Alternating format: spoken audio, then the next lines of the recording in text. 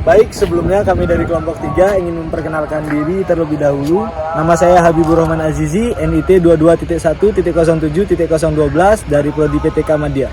Nama saya Fridolin Wabole, NIT 22.1.07.011 Prodi PTK Madya. Hapsi Hadinwari, NIT 22.1.07.013. Nama saya Igede Martudi Payana, NIT 22.1.07.015 Prodi PTK Madya. Nama saya Gusti Agung Putuarya Pratama Nugraha, NIT 22.1.07.016. Dan kelompok kami akan menjelaskan tentang illegal fishing dan penanganan kapal asing masuk ke Indonesia secara bilateral.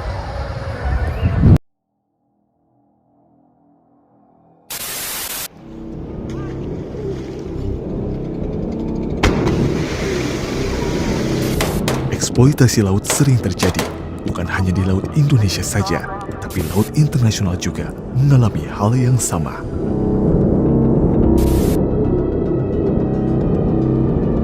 Bagaimana Indonesia dan internasional mengatur kebijakan dalam memerangi hal ini?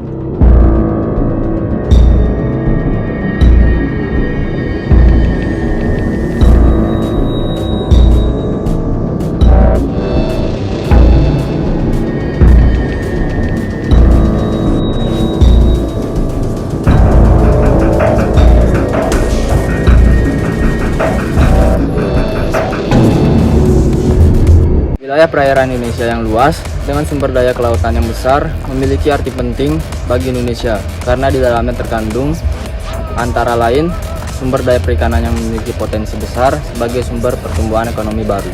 Melimpahnya sumber daya perikanan di perairan laut Indonesia ternyata telah menarik perhatian pihak asing untuk juga dapat menikmatinya secara ilegal melalui kegiatan illegal fishing. Kegiatan illegal fishing tersebut dilakukan oleh nelayan-nelayan asing dari negara-negara tetangga di kawasan yang memasuki perairan Indonesia secara ilegal.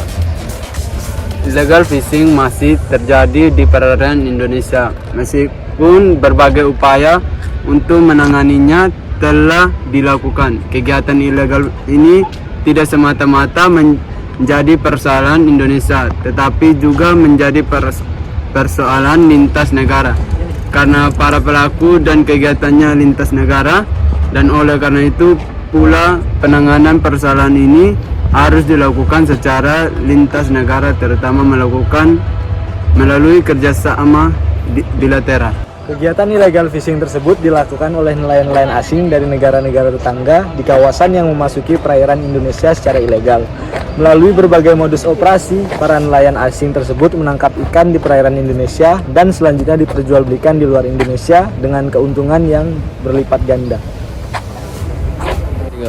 Menurut Direktur Jenderal PSDKP KKP Andin Narawudin menyebut kapal ikan asing dari Vietnam yang paling mendominasi angka tersebut, adapun persentasenya mencapai 30% sampai 40%.